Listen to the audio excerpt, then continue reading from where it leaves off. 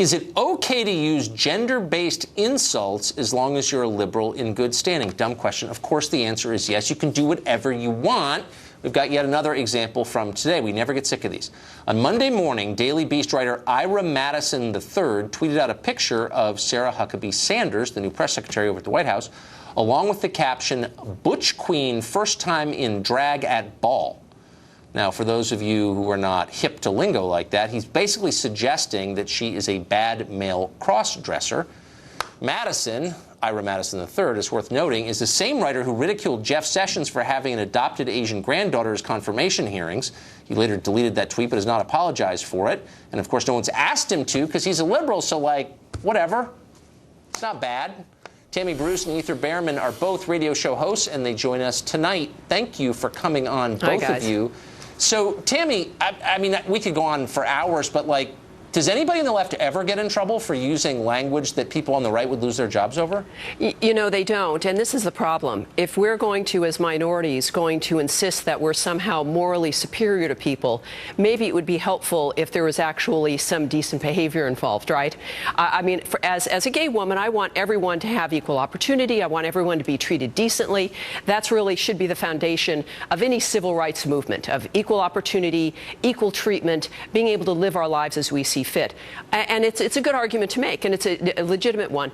But it's difficult to be able to hold that foundation if you're on the left, when in fact you then continue to be the bully. That you're the one who says, well, you stand up for women, you're going to march and you're going to make those pink caps and you stand up for every woman. But when it comes to women in the Trump administration, not only are you going to call them names, you're going to objectify them based on their appearance. And it's not just Sarah Huckabee Sanders, it's also Kellyanne Conway, who was portrayed as a Fatal Attraction type of woman on Saturday Night Live. It's all really the women who have supported the president. And part of it, I have to argue, and I'll leave with this point, is that I think there's also some religious bigotry involved here as well, that's one of the differences with these women compared perhaps to liberal women, some of whom are people of faith. But I don't think that we can ignore that. No, I think that's right. So, Ethan, I talk for a living, so I'm interested in what the rules are. So I thought the rules were you weren't allowed to attack people on the basis of their immutable characteristics, the basis of their sex or their race. You can't make fun of that stuff. It's not funny.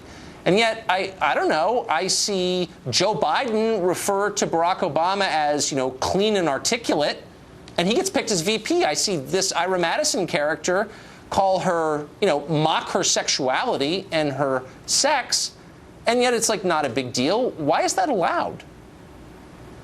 Well, I mean, again, we're using a single example here of somebody who insulted. And by the way, well, okay, so two examples. Well, one was from a while ago at that point.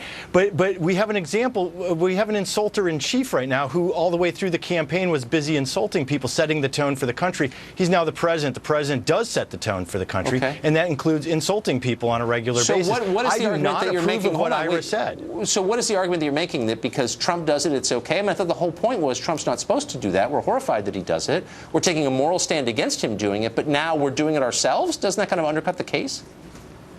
Yeah, and I just, you know, was saying that I don't agree with what Ira said. I think it's actually wrong to do that kind of a low-level, guttural criticism. By the way, if you look at his other writing on Daily Beast, this is kind of what he does, is hurl insults. He's not the most positive writer.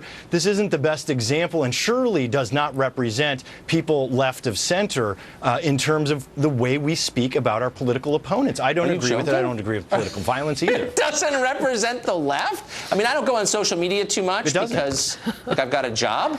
But every time I'm there, I notice, and I'm sure you do too, both of you, that like the left is totally. This is like normal, Tammy. Yeah, let me just remind everybody also the comparison of women who are conservative to men or gay men or transsexuals. Also, Ann Coulter has faced that as well. I mean, it's a strange kind of homophobic, transphobic attack on women who are conservative to accuse them somehow of being men. And this is what I also find strange. My first book, interestingly enough, like 15 years ago, was about the New Thought Police, was how the racism, sexism, and homophobia live on the left, that all of this is actually projection. And at this point, and look, it's never going to end, but the Americans who are watching this program have got to realize that those who stand up and say, we're your moral betters and we're the ones you can count on, are actually the ones who are making the problem worse and are the ones who are engaging in it. Then maybe, Ethan, we should look, I would be happy to live in a world where nobody got fired for saying something stupid. That's not the world we live in. Liberals are always pushing people to get canned for saying something stupid. Can you agree that maybe we should all just lighten up and I'll give this Ira Madison the third guy a pass, and you know what I mean? And like stop crushing people who say something dumb. Are you allowed to go with that? Yeah, I actually... Tucker, you and I agree. This is wonderful. We actually came together tonight. Yeah, I agree with you. I think there's so much overreaction that's going on with boycotts, with getting people fired. I don't agree with that. I am a believer in speech, and I think that some people need to grow a little bit thicker skin, and we need to be teaching in college something like insensitivity, so everything is not so deeply offensive. Well, they're going to come after you if you keep talking like that, Ethan. Good luck. Thank you both. Tammy, Ethan, I appreciate it. Thanks, Tucker. President Trump says he's cutting off American support for Syria's, quote, moderate rebels, after a bunch of them turned out to be fairly unmoderate, like al-Qaeda. Up next, we'll ask Congresswoman Tulsi Gabbard whether the president has done the right thing. Plus, can you trust your pediatrician with your own kids? Up next, we'll talk to a doctor who said her field is being poisoned by ideology, distorting medicine in the name of politics. Stay tuned.